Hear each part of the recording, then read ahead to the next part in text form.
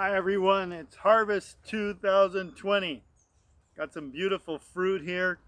Come on in and have a look at it. These nice small berries. You can see the berries are slightly soft. That means they've been farmed very carefully to not have too much water. That makes a very intense and dark colored wines when you farm it just like that, where the berries still plump. A little bit of raisioning, that means I'm surfing right at the edge on the water status. This looks perfect. I'm really looking forward to this. I think we're going to have a great vintage.